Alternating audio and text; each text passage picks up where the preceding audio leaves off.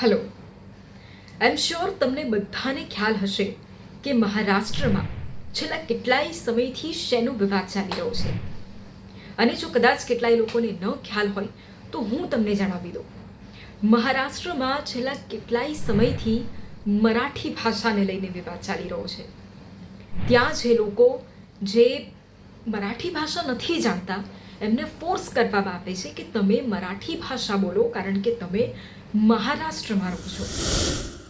થોડા સમય પહેલા રાજ ઠાકરે અને ઉદ્ધવ ઠાકરે આ બંને એક મંચ પર આવ્યા અને મરાઠી ભાષા માટે લડવાની વાત કરી.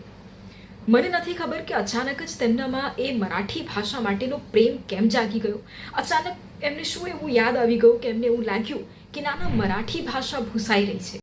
પણ મને એ વાતનો ખ્યાલ છે કે ગુજરાતી, પંજાબી, મરાઠી, બંગાળી એ પહેલાં પણ આપણે ભારતીયો છીએ.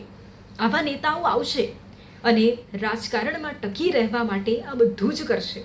ધર્મના નામે, જાતિના નામે, બોલીના નામે ભાગલા પડાવશે. પરંતુ આપણે એ નથી ભૂલવાનું કે આપણે ભારતીય છે.